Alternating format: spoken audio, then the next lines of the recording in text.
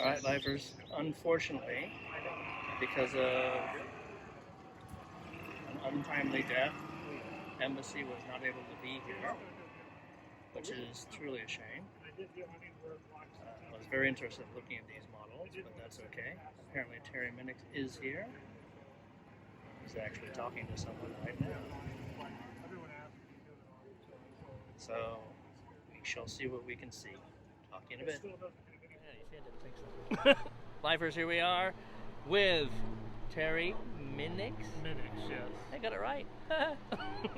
I have a million questions, so it's not going to get all videotaped. But I don't understand. Here's my list of questions. All right, let's see where we If start. you had actually something here, I'd be looking at all of this stuff. But what I'm looking at is I don't understand hydronic antifreeze heater. Okay, Hydronic. When the Sprinter came out in 2003, it was an amazing vehicle rated to last 500,000 miles. My goal was to create a conversion that would last as long as the Sprinter.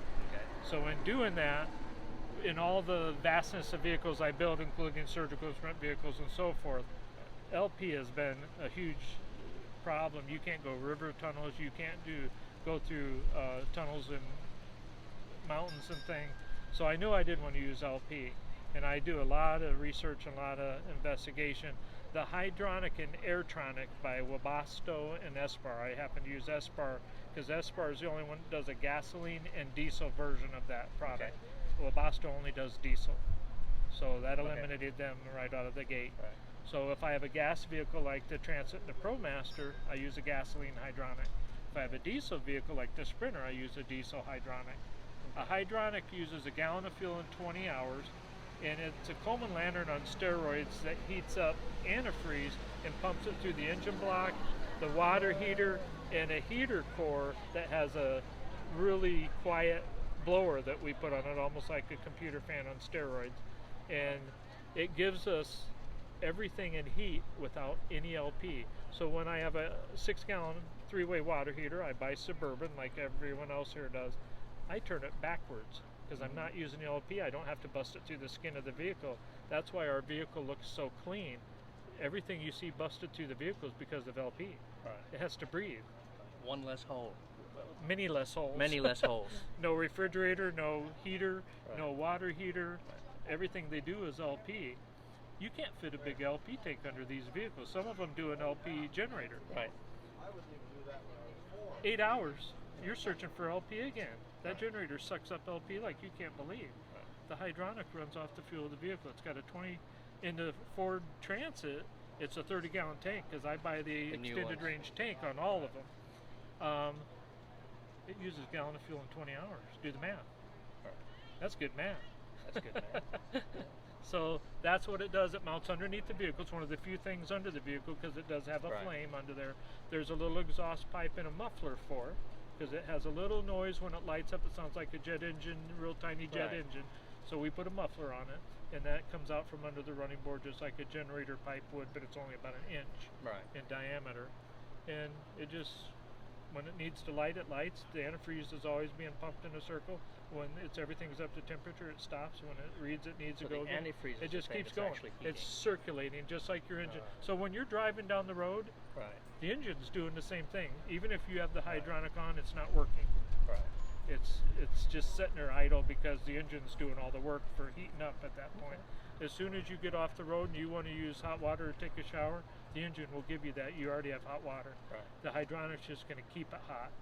Cool. When the engine shuts down. So it's just a simple system that's just so cool, and it works so well. Yeah. You buy an LP tank, all the valves, you know, and all the other stuff for it. The Hydronic's a little more money, but not a lot. It's just the right thing to put for that application, and it changes the game on the whole appearance of the vehicle. Wonderful. See how great and easy that was? We need to buy one now, dear.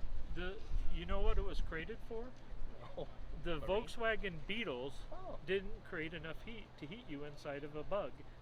So they created an Airtronic from Germany for the Volkswagen to have heat for you inside the vehicle, and that was a Hydronic and an Airtronic.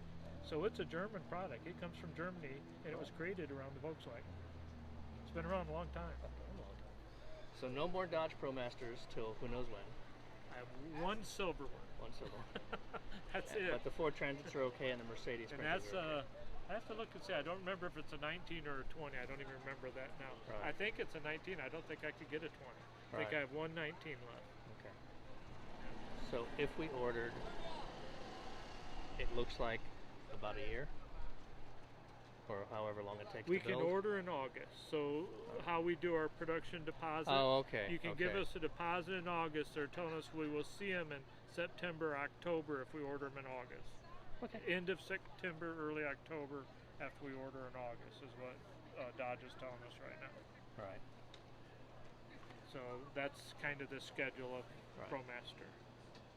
Do you have a backup camera in there? Every vehicle in 2018 on, it's a law from the government, they have to have backup cameras. All right, so we do not put on aftermarket backup cameras. What I do is I find so many people want to look in the rearview mirror, and in these vehicles that's almost impossible. It's so long.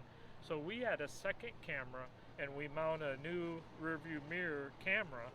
So when you look at the rearview mirror, you can hit a button, you can see behind you like you're looking through a rearview mirror. And everyone loves that, so I made it a standard. That's just something we do. I don't even charge extra for it.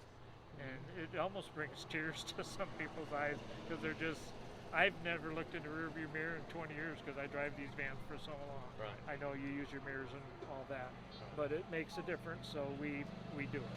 Okay. And then things like Wi-Fi, cable The connection. cool thing about Ford in 2020, you pay a little bit of an extra service like OnStar, but not quite as much as that. And you can do 11 things Wi-Fi in the vehicle from Ford. Oh, okay. You can start and stop your engine with your cell phone from Ford. That's free. You don't pay any extra for it.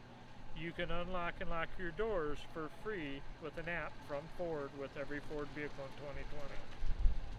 Ford's doing all that. Okay. So, And last big question is about how long heater can last, how long air conditioning can last. Assuming you're not plugged in and you're not using you're not engine plugged yet. in. On a 300 amp hour lithium ion battery, real time from customers, not me, camping for 12 hours from 9 o'clock at night to 9 o'clock in the morning. One of our customers, one of their friends unplugged their cord the first time out. They never camped before at 9 o'clock at night. Was playing a little Does this trick sound on him. familiar? Yeah. And so he gets out in the morning and milling around, sees his cord unplugged, he goes to plug it in, and his neighbor's smiling at him. Uh-huh. He still had 30% battery. Oh, okay. Watching movies, had lights on, and air conditioner running for 12 hours on a 300 amp hour lithium ion battery. They had 30% battery left, and he couldn't call me fast enough saying, Wow. I'm so happy. Right. And the trick was on the person that pulled the plug because it didn't do anything. Right. So if you do a 600 amp hour battery, you would have had almost 60% battery left. Right. In that same scenario. Now, if you're in the blazing sun, even though I put the best insulation in the world in the vehicle, we encourage you to park in the shade because it's about efficiencies. The windows, even though I do magnetic window covers, we do everything we can, including how we build our blinds into the walls to block the heat coming through all the beautiful windows we have. So anytime you can park in the shade, you're going to get longer on your batteries than if you park in the sun. But the bottom line is you're still going to get longer with ours than anyone else, no matter what you do, because I use 8 layers of insulation. Right. I have an 1.5 inch composite subfloor. I have composite walls, not wood. Everything about the vehicle is about making the 12-volt air conditioner efficient as it can possibly be. And that's the trick. Amps are amps, watts are watts, BTUs are BTUs. Nobody gets to cheat that. But you can make it more efficient by building a great vehicle that understands that all that matters. Excellent. Wonderful. There you go, lifers. Right from the words of Terry. Be seeing you.